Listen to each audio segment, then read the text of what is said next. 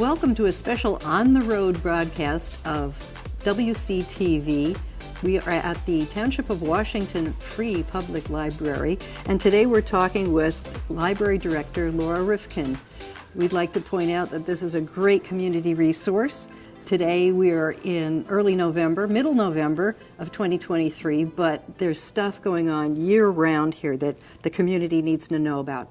So my name's Emily Kratzer. I'm one of the volunteers here at WCTV and involved with the library and its programs. So there you go. Laura, tell me a little bit about what's happening at the library. There's never anything not happening at the library. You know, it's a very, we've become so active. I've been here, it'll be 11 years come January. And over that time, we have grown and expanded so much, not so much in the footprint of the building, but in our use of outdoor spaces, and how we use our indoor spaces has drastically changed over the last 10, 11 years. You know, when I started, it was around 37% of the township had library cards, and right now we're over 50% has, and they're active library card users, meaning that they've used their card within the last year. So we also have people who don't necessarily check items out, but post-COVID, a lot of people who are working from home come. We have a new technology bar set up along the windows that look over the lake. A lot of people who work from home these days come bring their laptop here 1 or 2 days a week and do their work from the library. A lot more reference and research questions that delve into a number of different topics. You know, we had a resident not too long ago who needed to switch over to some low-income housing, and doing that research with them, navigating that process and everything. So the world has changed so much, and the library along with it. We used to have our story times done in our smaller story time designated room. We now have too many children with their parents to be even able to fit in that room. We now go into the community room. Sometimes we have as many as 40 kids at our Friday Friends drop-in. So, you know, our programs really span all the ages, from newborns with their moms all the way through senior programming with our senior chair yoga, the coloring group. We try to hit on a number of different interest levels, educational programs, public interests. So we kind of try to make sure that there's something for everybody along the way as you go through the year.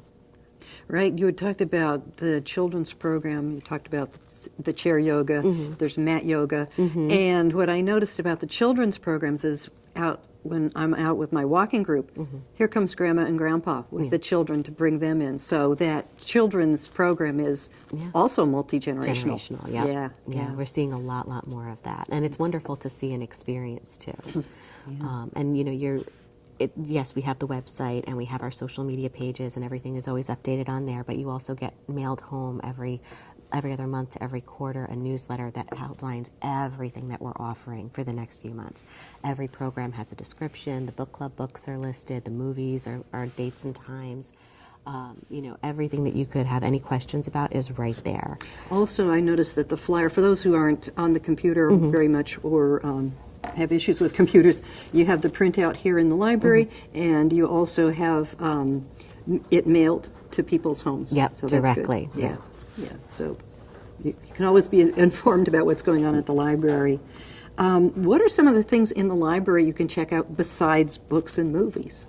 You know, libraries have you know, what we have now is called non-traditional materials, or libraries of things, have really come into play over the last 10 years. And it started out small. We did like a seed exchange program in the spring, and we continue to do that. But our library of things is huge at this point. We have everything from telescopes and microscopes. We have birding guides and binoculars. We have Wi-Fi hotspots, so if you're going on vacation, you can borrow one of those for a week. We have Kindles that are preloaded with popular authors and titles. We have baking sets for specialty cake shapes and numbers and things like that. We have candy molds. We have knitting needles. We have so many different things. Fiber crafts are very big. And as we do a walk around, I'll show you because all the items are so large, we actually do little placards. So you can actually browse through and just pull what you'd like to borrow and bring it over to the front desk, and they go back. Some people come every spring and borrow the auger so that they can help with their gardening and things like that. So yeah, and it's constantly growing as we get donations, as we find things that we'd like to add to it. But yeah, it's you know, we also have video games now. We have puzzles that you can check out. We have over 100 puzzles. you know, the library is very engaging. Well, yeah, no kidding. Engaging also every season. There's a new theme in the library. Not quite monthly, but almost, you know, with holidays. There was the Halloween activities, currently more close to Thanksgiving activities. Dino-vember is very, very big with the yeah, kids. Right. The only thing that I would say changes out monthly are our book displays, because there are so many holidays, there are so many national celebrations that usually every month we switch something out. Like for November, we have baking and cooking books on display. We have Veterans Day books on display. In the glass case, that changes out monthly as well. So last month in October, we had a celebration of all of our volunteers who had done more than 15 or 20 years of volunteer service for the library. This month, a lot of our veterans in town displayed some items for that wall as well. And it's interesting, we have over 300 registered veterans in the township, which is a huge, you know, percentage of our population. So we wanted to make sure that we kind of honored that, especially with the beautiful memorial that we have on the library property. They just had the Veterans Day celebration ceremonies here. So, you know, it's constantly engaging. We do a lot with the township's green team. Over between our bathrooms and the water fountain area, you'll see all of our recycling. So we participate in the Trex program with the green team. We have TerraCycle boxes over there for things like, you know, all sorts of plastics and pouches and things that you wouldn't normally think that you could recycle. You can drop it off here and we recycle it for you. And for those who like to bring in a water bottle and very carefully use it in the library, I noticed that you have a refill station so that people don't have to cycle through plastic bottles all the time. Yes. Yeah, that's very good.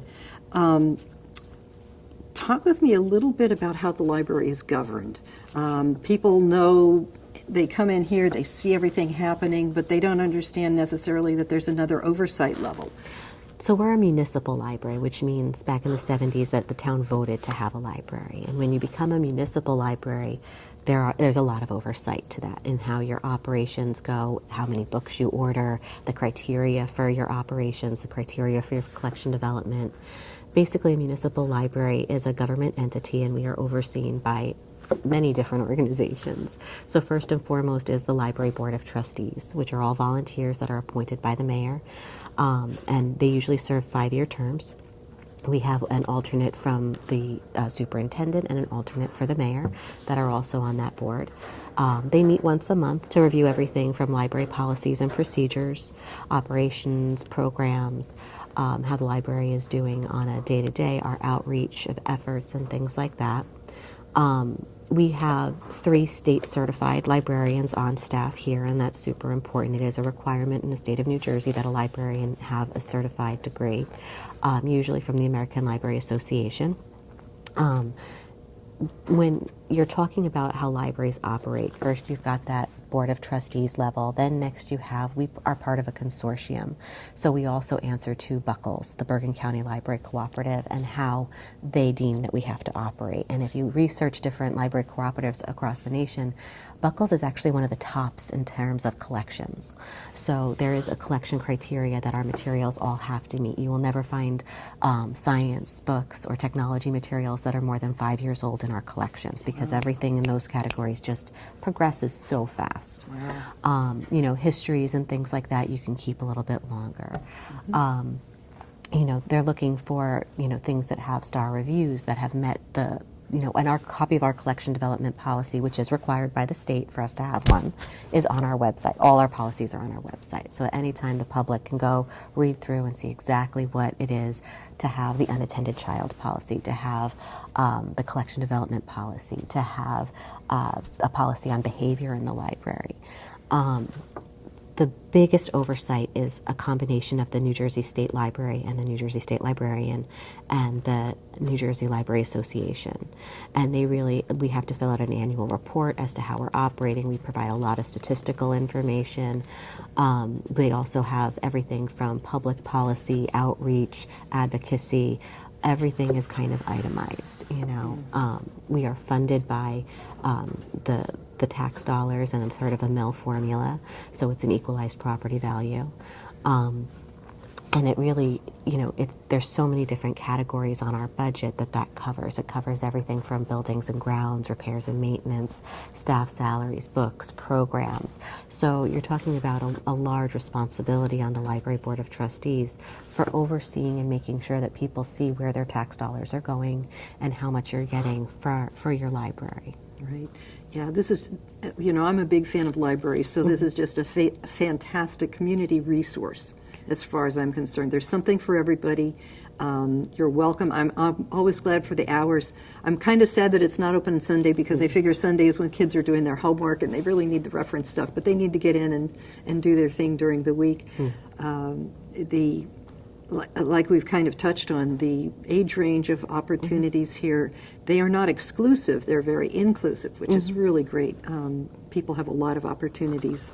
We try to make sure that there's something for everybody, and we're not afraid to try. We've tried a couple of different things, and some things explode. And other things, they just kind of come in waves. We had a couple of years where Legos were huge, huge, huge. And then all of a sudden it died off and chess picked up. And so we kind of offer things back and forth. We had a couple of classes for different STEM things that we do seasonally, usually every spring. Yes, library hours kind of fluctuate, but we've been increasing hours gradually as the years have gone by. We first started out with half-day Saturdays and only 3 nights a week. Now we're open till 8 o'clock 4 nights a week, and we're open full days on Saturdays year-round. That is so fantastic. It's been gradually kind of building as we go through.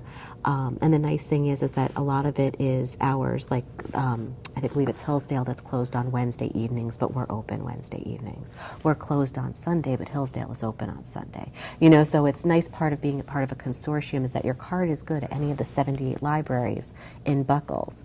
So you can go anywhere, or you can have those materials requested and they'll be brought here for you. So you don't have to drive to Milburn or Boonton or anything like that. It will come over to you here. And then we also have so many new ways to pick up those materials. We've offered homebound delivery since before COVID started for anybody who can't get out of the house or come by and swing by. So we have homebound delivery. We also have the outdoor locker system that we got via a grant during COVID. So you can pick up a book 24 hours a day if you'd like to. I know a lot of the teachers in town like to pick up super early in the morning on their way to school. So there's a large convenience factor there. We do, if anybody needs us to bring something out to the car because they're, sleeping baby in the car. So we're happy to do curbside pickup for you as well. So there's a lot of different ways to get your materials that, and now with the downloadable books.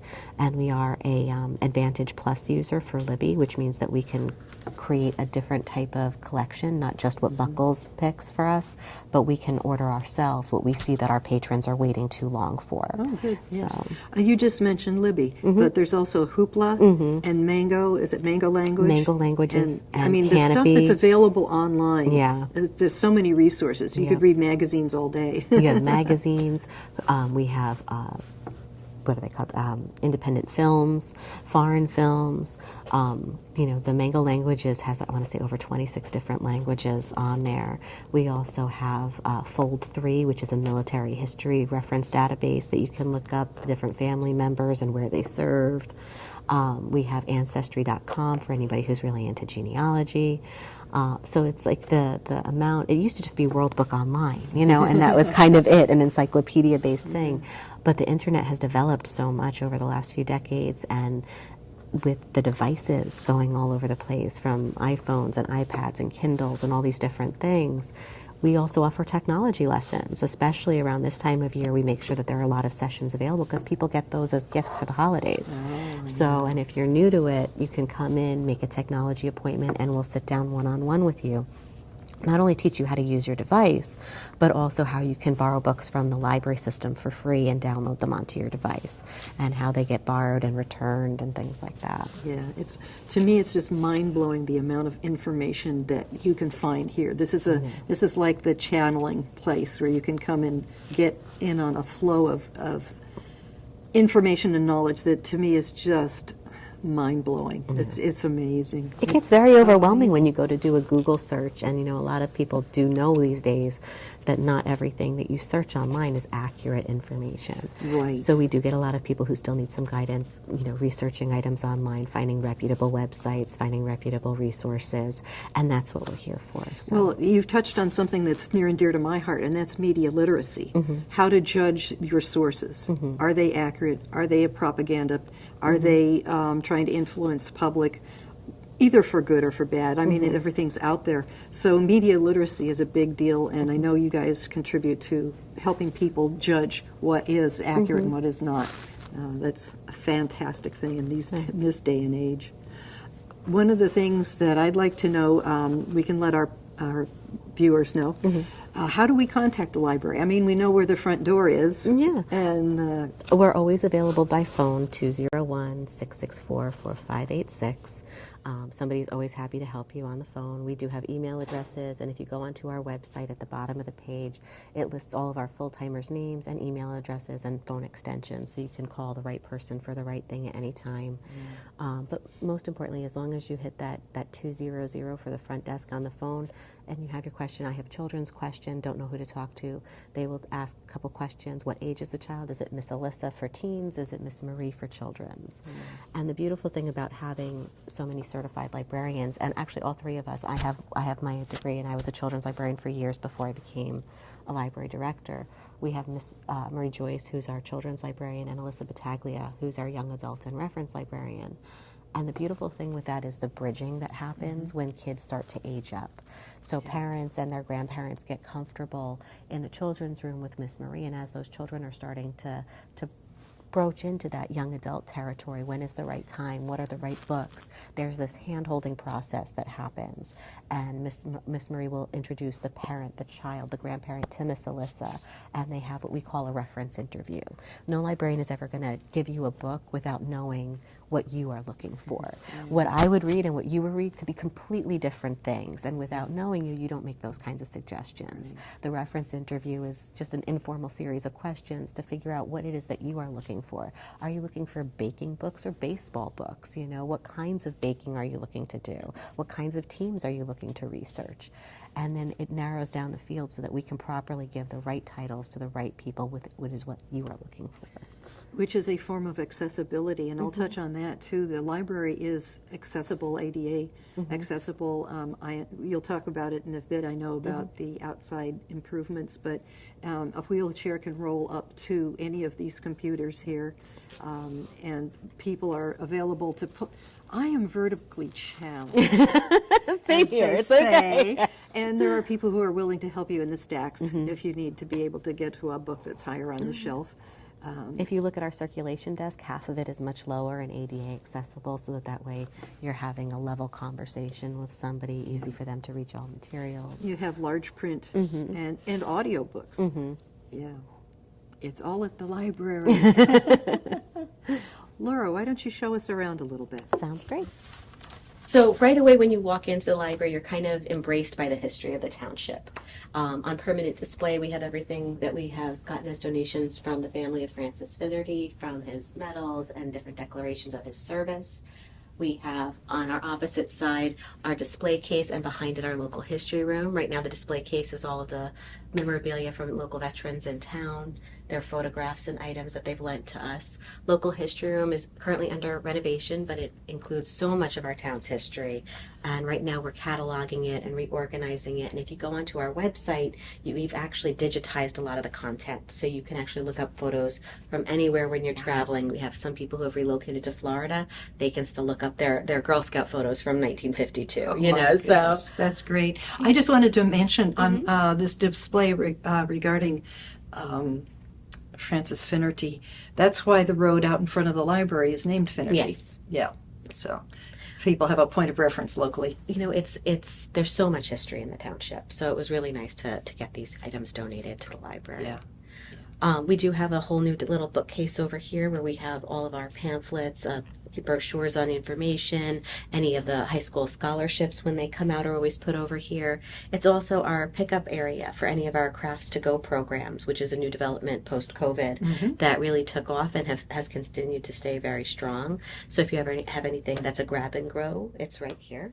And when speaking of grab and go, I've got a friend who loves your spice of the month. Yes, that's she one of comes the in most and gets her popular little ones. bag of Yep. spices. Every month, Alyssa Yeah. does something different. She does a whole little video on cooking with that spice, and they never really know what it is ahead of time, so they're very excited about it. That's a big one.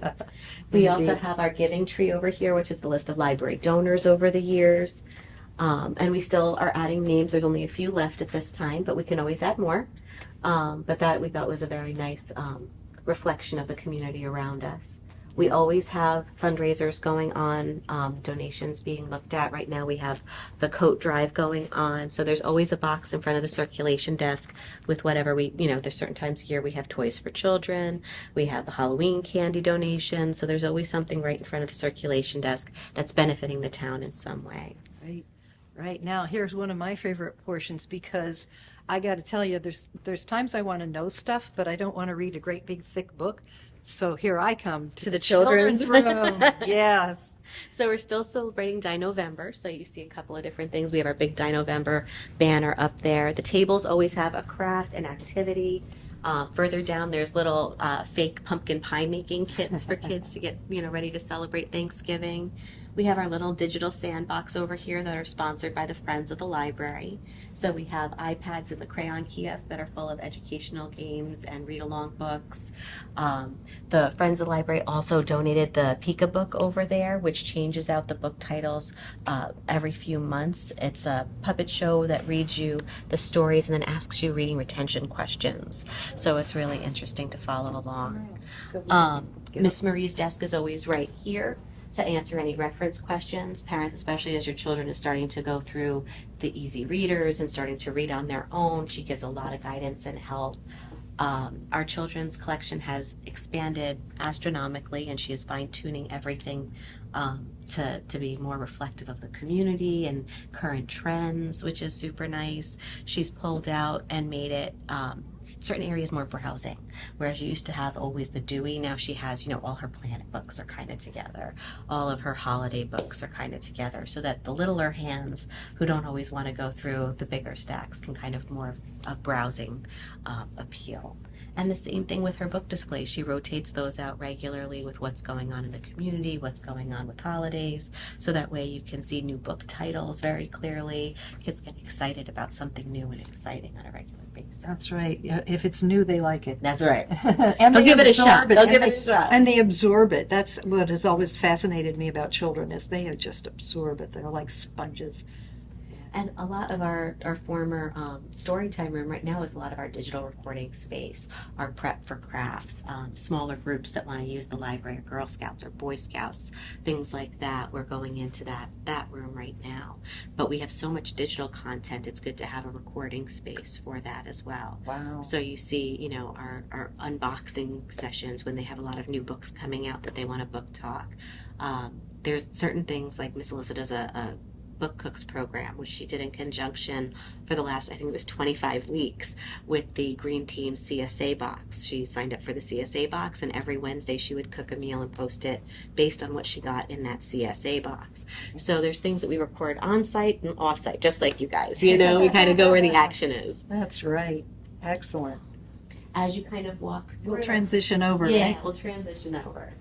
So our circulation desk is very centrally located, and as you can see, the floor plan of the library is wide open. So we have kind of access to and visibility for everything going on. This way, if there's anybody who needs assistance with anything, anybody who's kind of questioning anything, we're right there and able to help. We do have a fax machine that's open to the public. These are our me-scan kiosks. That's a new development in Buckles in the last couple of years. There's a checkout station right here. There's a checkout station in the children's room where you can check out your own materials, where you scan your library card and then scan your items and you just walk out and take them home. The nice thing about it is that you also have a me-scan app that you can download, and you can just check it out right from your cell phone onto your library card. So if you mis-scanned and you forgot, you can always scan it at home later on. Our community news bulletin boards, we always have different informational spots over here. This kind of recaps our TerraCycle recycling program that we participate in, and that is also by the bathrooms where all the bins are donated. We do have all of our Buckles information here, so you can see what libraries are accessible in Buckles to you and everything that Buckles covers. We have bookmarks with the library's information. We also have a little advocacy spot over here for residents with buttons and freedom to read shirts that we're giving out for free right now. National Banned Books Month is October with everything going on with, that's always done by ALA. So we always participate in that. And so we have our banned books displays up here. And there's always some confusion about, what do you mean the library has banned books? We don't ban the books. We are supporting those authors of the banned books. And everybody is always surprised if you go online to the ALA's website. There are so many books that have been banned in different states for different reasons. But there's things like the Tolkien books, the Lord of the Ring books are banned in certain states. You've got Fahrenheit 451. Classic literature in some states is banned in other states. So we're driving awareness to the fact that these are valuable pieces of literature that you may want to check out and read yourself, and form your own opinion on. Our DVDs and our especially the TV series on DVD is super, super popular. And you can see that technology bar that I was talking about earlier is right across the windows there. For anybody who has their laptops, there's plugs right at the top. Nice, easy views of the lake. You can see our scarecrow contest outside right now. And next to our CD collection and video games is our puzzle table. And that's the take one, leave one, but we also have puzzles that you can check out and bring home as well. Yes, they are infuriatingly fun. There you go. And we do have a lot of different sections of the library. We have our computer area with our new arrivals, book displays. Then we have our tutoring tables, which are active from September to June. We have so many people needing to tutor, and then also parents needing to work with their kids, that we have designated tutor tables now. And tutors can sign up a week or two in advance, get their table organized, and then this way we know that everybody's taken care of. Yeah. As we happen to be looking, Laura and I happen to be looking down the stacks here, and they have expanded. So there's more and more books on the shelves. We took some initiative, being as we didn't have the option of going up. We try to make the best usage of our space without jeopardizing our view here, and the view of that everybody loves to look at. Yeah. But we did expand an additional 60 shelves and we rotated everything. So now our fiction has a lot more room to grow over the next few years. We didn't reduce anything. We simply added on shelving to better fit the need that we had. Mm-hmm. So, and it's so seamless, and we had so much space to work with that most people don't even pick up on it. So I'm glad that you picked up on it. And I didn't. One of your trustees was saying to me, "Oh, did you notice anything different?" I'm going like, "The stacks are the stacks." Yeah. Says, but they're longer. They're longer. Oh, okay. It was seamless. It was seamless. Yeah. We installed it. The DPW was great in helping us get everything up very quickly, and the staff rotated everything very, very fast. Yeah, let's give a shout out to the DPW. Folks don't realize they do a lot around here with maintenance. They do a lot, and they're always great, especially questions. Even if it's not something that they handle, they're great with guiding me towards the right resources. They don't do a lot in library school with plumbing, you know what I mean? Plumbing, HVAC concerns, things like this. And the guys are always super great and very patient with me about what it is that I need to go forward with and giving advice on things. So I really appreciate them more than they'll ever know. Yeah. So this is our teen room. Decorations also change out seasonally. Book displays change out regularly. We have little areas all over for small book displays. We do have summer reading books separated. We do have a small amount of graphic novels for the kids separated. We have some artwork up at the top that they've created over the years. But it's a nice, fun, safe space for everybody to come. Some come and they do volunteer work with us. Some come and they just hang out after school and do homework together. We do have a very active teen group who participate in programs, which is wonderful. But they have a space that is appropriate for their level of literature. It's a space that, we do have an unattended child policy, which states that children under the age of 10 are not allowed in the building without a parent. It is still a public building. As much as we like to create a safe environment, it is a public building. But once the parent has deemed that their child is old enough and responsible enough to be here on their own, we want them to have a still safe space to kind of come to.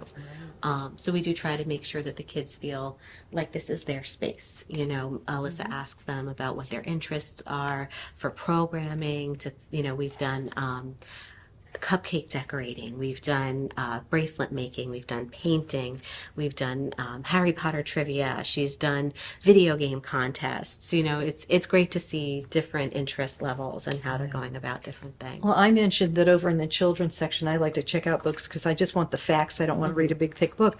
But when you come to the young adult area or the teen room, you get books with a plot that moves. One of your young employees many long years ago said that these are books that they don't dawdle. You got to keep the teenagers' attention, and so these plots move. And I've picked up a couple of them, and it's like, you can't put it down right now. I'm hungry, but I'm not going to eat yet, that kind of a thing. So even these books are worth adults exploring. Oh yeah. There's some adult book club books that they focus on teen literature, and that's great. There was a time in the publishing world where they were really pushing new adult as a newer thing. And that's kind of fizzled away because you go from teens into the adult collection, and that is obviously very different as well. Yeah. Everything that you're researching is very different. This is that in-between stage. And we always, again, with that hand-holding with the librarians, make sure that the parents are aware as well. They're getting older, just like your topics that you're reading about are different from when you were a child. What are you comfortable with your child reading or not reading? Yeah. Parents have accessibility to their child's library card as long as they're under 18. They are a minor and they are your child. We do not censor what they are reading. It is your job as the parent to judge what you feel comfortable. Yeah. Alyssa does a great program, a book box program that kids can go online and fill out a form, but it says very specifically, what are you looking for? What do you or do you not want to read about? We have one child who doesn't want to read anything that has death and dying in it. We have another that doesn't want to do anything about divorce. We don't give them those kinds of books. This is what they're asking for. That form can be filled out with the parent. They know what kind of materials they're going to be getting, but it's still a surprise for them, and they're exploring a new author, a new title. Yeah. But I always recommend for parents to read the same book that your child is reading, especially as they're getting older. Talk to them about it. Books are these amazing things in life. When something happens, you can't hit the pause button. Right. When it's in a book, you can close that book for a few minutes and chat it through and have that discussion with them. And it's so important for the processing of a young adult mind to really understand these things happen in the world, and what would I do in that situation? Would I help somebody? Would I not help somebody? How does that go about in creating their character development? We all find these moments a teachable moment. Yeah. And in the library, you can slow that moment down to a further discussion. There's such a wide world to become exposed to in a library. I happen to be just looking at one book that's on the shelf at the moment displayed specially. It's called Resball. And people don't remember that right here, this is where there were Native people living. And we forget that what Native people are going through in other areas in the country are very significant. So you come to the library and you can get a sense of what people who are not like our suburban New York City area environment is like. Yeah. And that's a good thing, too, to develop sympathy with other people and other cultures. Yeah. And then it's really nice because our program room is almost always open. The odd things being like the doors are closed if we have like a Girl Scout or Boy Scout troop in there, a musical program that might be a little too loud for the rest of the building, or the babies crawling around. But usually, especially if it's like a teen program, she'll leave the doors open to kind of entice other teens to come in. Well, what are you painting? Well, what are you building? Well, what are you baking? The other nice thing that I love about this room is that there's a different art display up every month. Yes. And it's usually local artists. We have the Tuesday painters group up right now, and there are so many beautiful paintings up there, different mediums of artwork, and a lot of times the doors are just open so you can go in and browse even when there's not a program going on. Right. I was here a couple of weeks ago for the drawing for adults, and I'm sitting there crocheting, but somebody came in and said, do you mind if people look at the art? I'm going like, come on in. Come on and look at the art, because the walls currently are just full of amazing multimedia works. When I say multimedia, you've got oils, you got watercolor, you got photography, and any given month, it can be any one of those things, or it could be all of those things.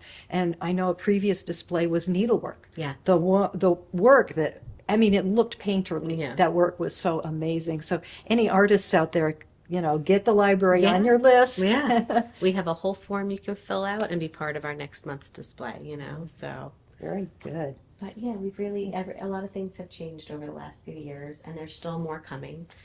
We did just upgrade our projector for better viewing on our movies, and we're actually getting a screen to go coincide with that, so images will be crisper, clearer, better sound quality, things like that, because the afternoon movies are very popular. Programs too. I recently enjoyed a memory. Let's see if I can remember. Bad joke time. A program about memory and enhancing memory and pathways to enhancing your memory.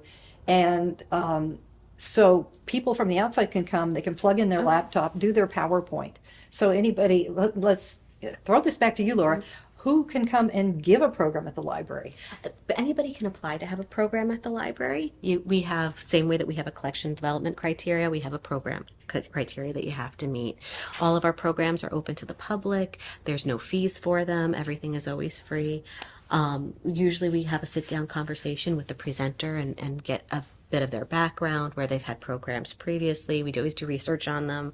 Nothing is ever being sold or advertised or anything like that. We don't have any political affiliation programs. This is a neutral territory space, so we don't really have anything like that. It's usually more like things like health and wellness programming. We've done songs and letters from World War II. We did the San Gennaro program, where we had different Italian music and some Italian pastries. Every year we do the Irish step dancers come from Bergen County, and we do an Irish soda bread taste testing contest. So that's a big thing, and crafts for the kids. So that intergenerational programming has been happening.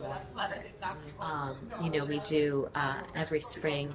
The Boy Scouts outside have photos for the families and things like that. So it's not just inside the library; it's outside the library. Well, I know for a while there was reading outside at the outdoor nook. I We guess have the outdoor story time that one of our Eagle Scouts built for us, that Miss Marie does her story times at in the spring and summer months.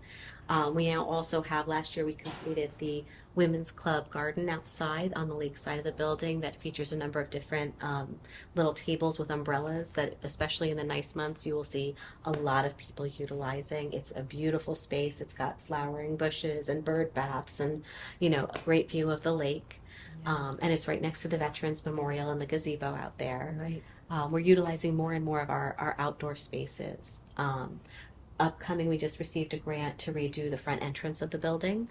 So within the next year, we're going to be breaking ground on that. It's going to be a new handicapped accessible ramp for easier access, but also a permanent awning on the front of the building. Right now, when you hit that handicapped button, those doors have to move at a certain speed, and you're just getting drenched or you're getting snowed on. Whether it's a stroller or a walker or a wheelchair, it's very uncomfortable. So this will be a permanent awning with lighting and everything, and it'll make it much more accessible. So not only will you have handicapped accessibility to the lockers and the book drop, but also easier access to the front door.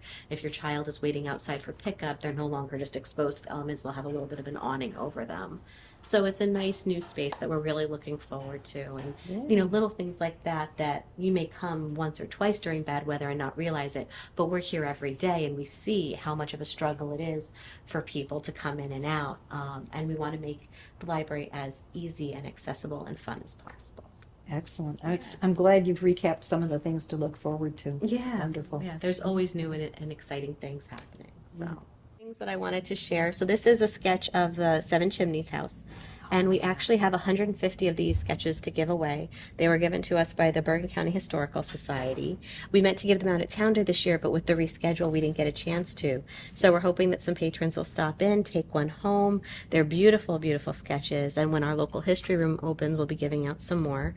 We also have these little mini note cards. This is a depiction of the old mud house in town, the old library structure, the old town hall, the Seven Chimneys. We also have some color sketches of different historical homes from the Bergen County Historical Society in Pascack Valley that we have over our computers. So this year the library is starting a new VIP program. So VIP for here is not just that you're a super important library patron, but it's how many books have you checked out and personally challenged yourself. Oh gosh, you mean I've got to So- come here more often? More often, check out more materials. So the challenge number this year is 250 books. Ooh. And that sounds astronomical. But don't forget how many books you read with your child and how many, these are things that you've checked out, things that you've downloaded. How many items have you checked out throughout the year? There are already over 75 patrons in the library at November who have checked out 250 Oh, items. wow. So we have a commemorative challenge coin for the library, and on the back it says VIP 2023. So there's still a few weeks left to get your totals up. You can always ask a staff member how many you've checked out for the year. We don't keep track of what you've checked out, just how many you've checked out. And then in January, when I have the end of December numbers, if you have hit that 250, you'll be getting a letter from me that says you've earned your challenge coin for 2023. So to bring that letter in, and you get to take home your challenge coin. And for the crafty among us, you could get a little metal, what would you call it, rim rim. around it, Uh-huh. and make it into a necklace. There you go. You can wear it as a proud medallion. Another anytime. craft Yeah. thing to do at An the ornament on library. your Christmas Yeah. tree, whatever floats cool. your boat. Yeah. But we'll be changing them up every year. Challenge will always be 250 books. It's something that we found, we kind of looked to years past. It's an attainable goal, but it is a goal. It does take work for it. But a lot of residents, both kids and adults, have really taken the summer reading challenges in stride and worked very hard to kind of get those different prizes, get those raffle tickets, and it's been a great experience for everybody. Woohoo! I- All right. Is there anything that we needed to cover that I didn't have a question about? I am sure I will remember something later on, but at the moment, no, not that I can think of. I think we covered almost everything. But, Excellent. I very much encourage everybody just to come in. I have Meet the Director Mondays. There's 2 coming up in December. But to be honest, my door is always open. So anytime anybody's in the library and they just want to chat and say hi, or they'd like me to give them a tour around the building, my staff and I are always super happy to do that.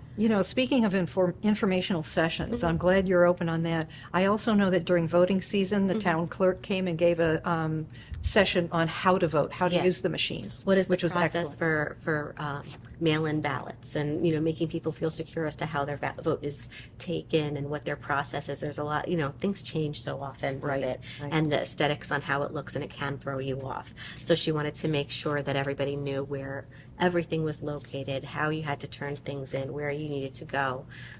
So we try to have appropriate educational sessions, for things like that, so that way you feel educated and informed and confident in what it is that you're doing moving forward. Educated and informed. That's a great library slogan. Isn't it? Though? Yes. We try. Yeah, very good. Super. Thank you both so much. I appreciate everything.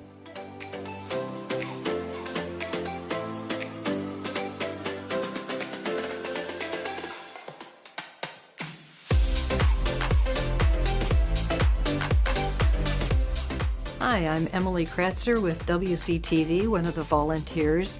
Our station is based out of the town hall in Washington Township, but today we're doing a special on-the-road interview with Library Director Laura Rifkin.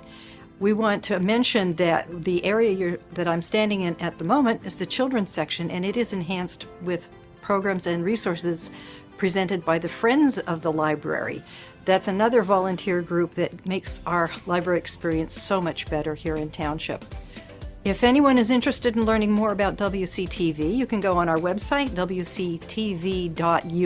You can email us, you can call us, and we always welcome suggestions from people about programs and a chance to volunteer with us. I want to thank everybody for watching.